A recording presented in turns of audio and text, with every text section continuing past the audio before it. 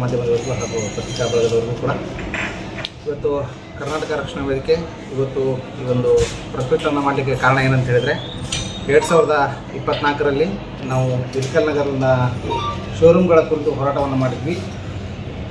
ಆ ಶೋರೂಮ್ ಹೋರಾಟಗಳ ಕುರಿತಂತೆ ಒಂದು ನಮ್ಮ ರಾಯಲ್ ಗ್ರಾನೈಟ್ ಶೋರೂಮ್ ಏನಿದೆ ಅವರು ಕೂಡ ತಾತ್ಕಾಲಿಕ ಸ್ಟೇಯನ್ನು ತೊಗೊಂಡು ಬಂದಿದ್ದರು. ಆ ಸ್ಟೇ ಮುಖಾಂತರ ಏನಂತ ಹೇಳಿದ್ರೆ ಇವತ್ತು ಅದಕ್ಕೆ ತಹಶೀಲ್ದಾರ್ ಕೂಡ ಸರ್ಕಾರಿ ಅಧಿಕಾರಿಗಳು ಕೂಡ ಸ್ಟೇಗೆ ಹೋರಾಟವನ್ನು ನಡೆಸಿದ್ದಾರೆ. ಅದೆಲ್ಲವನ್ನು ಆದ ನಂತರ ನಾವು ಅದನ್ನೆಲ್ಲ ನೋಡಿದ ನಂತರ ಆ ಒಂದು ಏನು ಹೊಲ ಇದೆ ಇಳಕಲ್ ನಗರದ ಬಸಪ್ಪ ಪರಪ್ಪ ಸಜ್ಜನ್ ಇವರ ಹೊಲ ಏನಿದೆ, ಈ ಹೊಲದಲ್ಲಿ ಆ ಒಂದು ರಾಯಲ್ ಶೋರೂಮ್ ಗ್ರಾನೈಟ್ ಏನಿದೆ ಅದು ಅನಧಿಕೃತವಾಗಿ ಕಟ್ಟಿರ್ತಕ್ಕಂಥ ಕಟ್ಟಡ ಆಗಿದೆ. ಯಾಕಂದರೆ ಆ ಕಟ್ಟಡಕ್ಕೆ ಯಾವುದೇ ಥರದ ಪರವಾನಗಿಯನ್ನು ಅವರು ಸ್ಥಳೀಯವಾಗಿ ಬರ್ತಕ್ಕಂಥ ಚಿಕ್ಕೋಡಿ ಗ್ರಾಮ ಪಂಚಾಯತಿಯಿಂದ ಪಡೆದುಕೊಂಡಿರಲ್ಲ. ಹೀಗಾಗಿ ಆ ಒಂದು ಮಾಹಿತಿಯನ್ನು ಕೂಡ ನಾವು ಆ ಚಿಕ್ಕೋಡಿ ಗ್ರಾಮ ಪಂಚಾಯತಿ ಪಿ ಡಿ ಅವ್ರ ಕಡೆಯಿಂದ ಪಡ್ಕೊಂಡಿದ್ದೀವಿ. ಈಗಾಗಲೇ ಆ ಪಿ ಡಿ ಅವರು ಕೂಡ ಈ ವಿಷಯವನ್ನು ತಿಳಿಸಿದ್ದೀವಿ. ಅಲ್ಲಿರ್ತಕ್ಕಂಥ ಆ ಶೋರೂಮ್ ಏನಿದೆ, ರಾಯಲ್ ಗ್ರಾನೈಟ್ ಶೋರೂಮ್ ಇದೆ, ಅದು ಅನಧಿಕೃತವಾಗಿರ್ತಕ್ಕಂಥ ಕಟ್ಟಡ. ತಾವು ಕೂಡ ಇದನ್ನು ಪರವಾನಗಿ ಪಡೆದಿರಂತ ಕೊಟ್ಟಿರ್ತಕ್ಕಂಥ ಕಾಗದವನ್ನು ತಾವು ಕೂಡ ನೀಡಿದಿರಿ.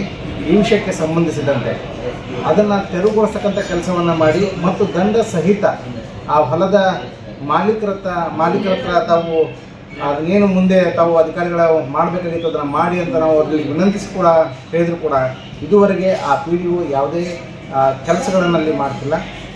ಆ ಅಧಿಕಾರಿಗಳಿಗೆ ಹೋಗಿ ಇದರ ಬಗ್ಗೆ ಎಚ್ಚರಿಕೆಯನ್ನು ಕೊಡ್ತಿಲ್ಲ, ಯಾವುದೇ ನೋಟಿಸ್ಗಳನ್ನು ಕೊಡ್ತಿಲ್ಲ. ಈ ಕುರಿತು ತಾಲೂಕು ಪಂಚಾಯತಿ ಸಿ ಇ ಕೂಡ ನಾವು ಈ ವಿಷಯವನ್ನು ತಿಳಿಸಿದ್ದೇವೆ.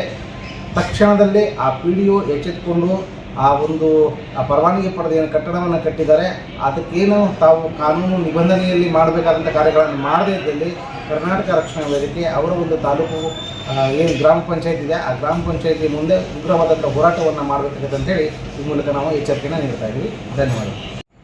ಇಲ್ಲಿವರೆಗೂ ತಾಲೂಕು ಅಧಿಕಾರಿಗಳಿಗಿರ್ಬೋದು, ಗ್ರಾಮ ಪಂಚಾಯತಿ ಅಧಿಕಾರಿಗಳಿಗಾದರೂ ಮಾಹಿತಿ ಕೇಳಿದ್ದಾರೆ ರಕ್ಷಣಾ ವೇದಿಕೆ ವತಿಯಿಂದ.